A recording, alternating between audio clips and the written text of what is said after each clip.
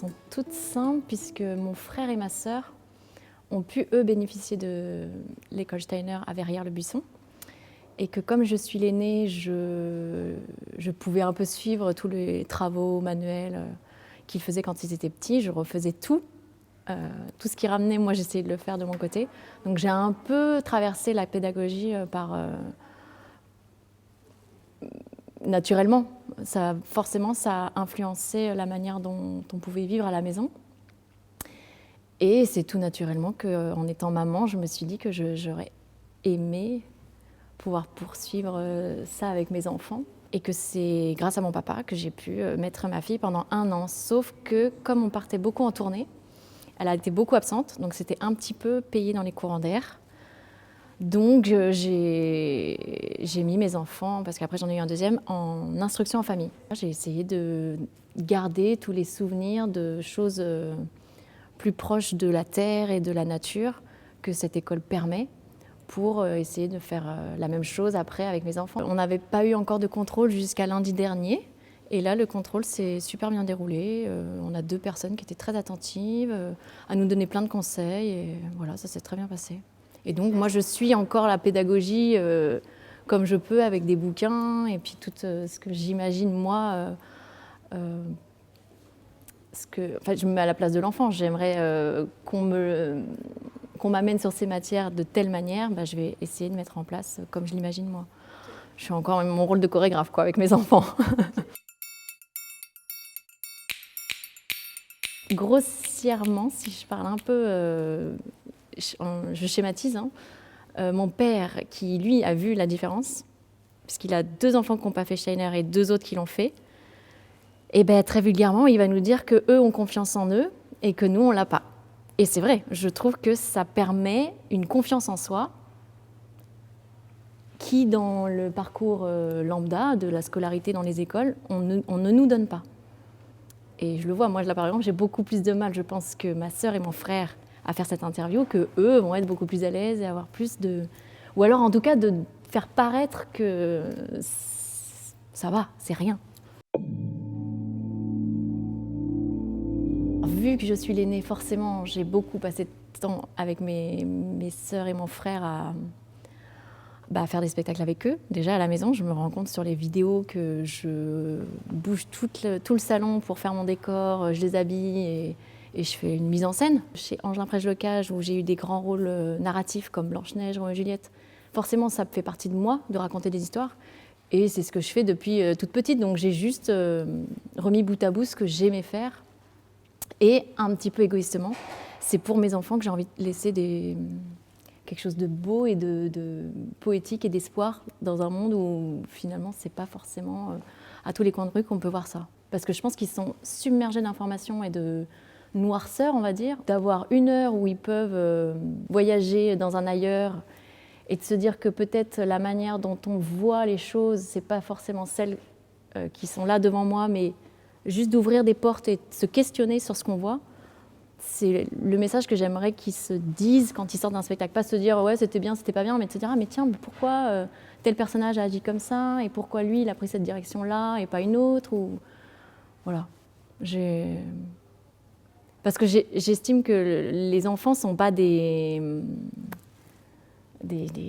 adultes en moins bien, ou pas finis, comme on peut dire, mais que justement, ils sont tellement ouverts qu'il faut pouvoir les laisser s'ouvrir le plus possible, le plus tard possible. Parce que même quand on dit on perd son âme d'enfant, c'est vrai.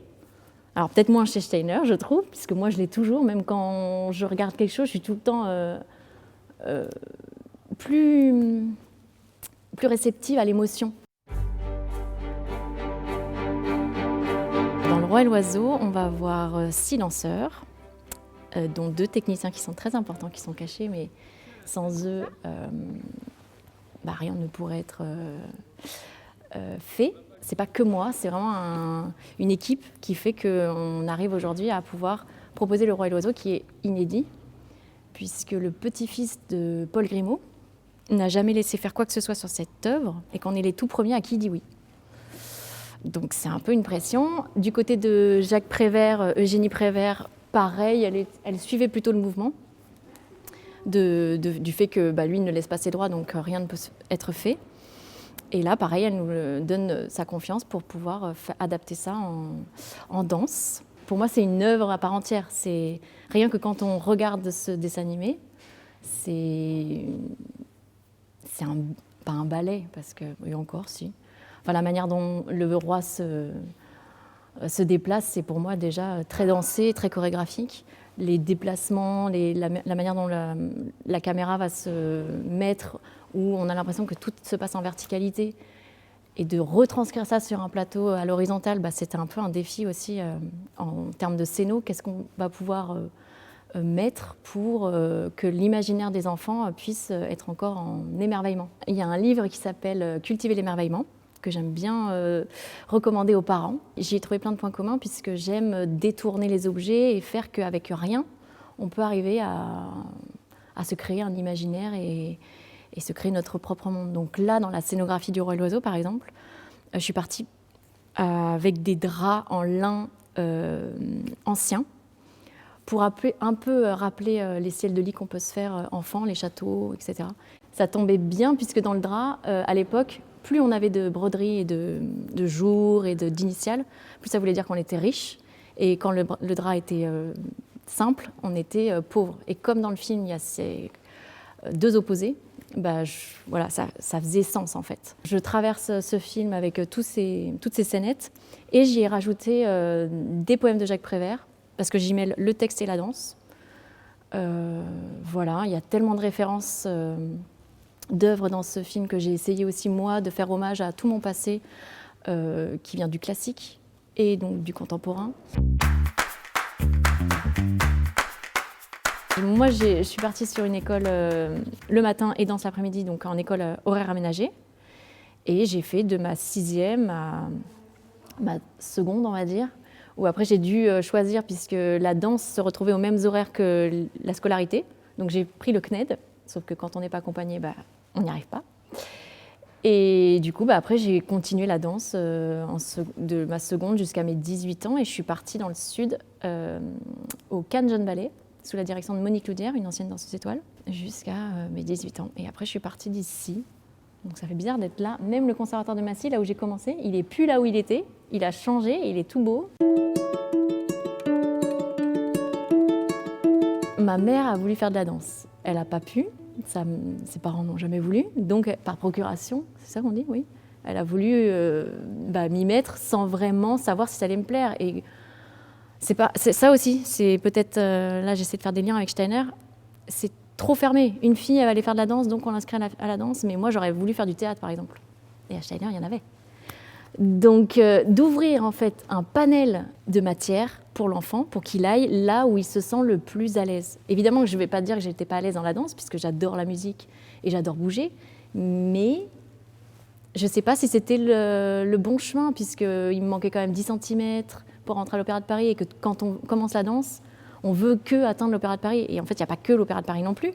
Mais ça a été dur après pour comprendre que non, en fait, je vais devoir quitter cette ville, puisque je viens d'ici, de Massy quand même, enfin Massy-Palaiseau, et aller dans le sud pour trouver une petite compagnie qui après va aller me faire rencontrer d'autres chorégraphes et des grandes compagnies. Mais je trouve que quand on est à Paris, il y a 10 ans, hein, après, je ne sais pas comment c'est maintenant, mais c'est assez fermé, quoi.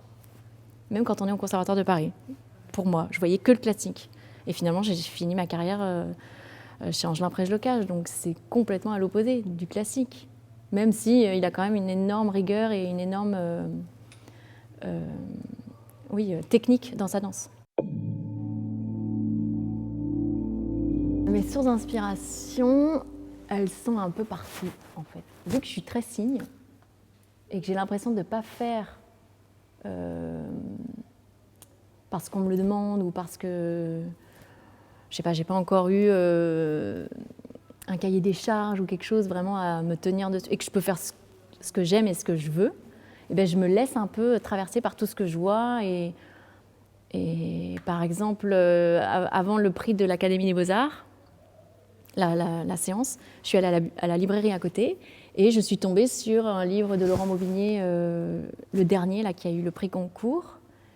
Et j'ai eu à peine le temps de lire et je voyais bien déjà que ça parlait de souvenirs et de souvenirs. que le vendeur me dit de loin, hein, oh, je m'en suis toujours pas remis, faut vraiment que vous le dansiez, le lisiez. Et je lui dis, bah moi j'ai dansé un de ces personnages, parce que un de ses livres c'était Retour à Beratam, et Cangelin a chorégraphié ça et qu'il a mêlé le théâtre et la danse, et que ça m'a vraiment déclenché peut-être quelque chose chez moi. Je me suis écartée, mais en fait j'ai lu ce livre et en me rappelant que oui, j'avais envie de faire une pièce sur le souvenir. Et du coup, bah, voilà, je prends en me disant, bon, bah, ça, je l'ai eu là, à ce moment-là, il est devenu, enfin, il y en avait plein des livres, hein, mais je suis tombée sur celui-ci. Bon, bah, c'est que je dois faire cette pièce-là. Et puis, c'est mes enfants aussi. Ils sont tout le temps en train de faire des spectacles dans la maison, donc que ce soit des mouvements ou des idées, ils sont aussi beaucoup là-dedans. Donc, on s'inspire mutuellement de notre vie, on va dire, du quotidien, qui se lie forcément dans nos spectacles.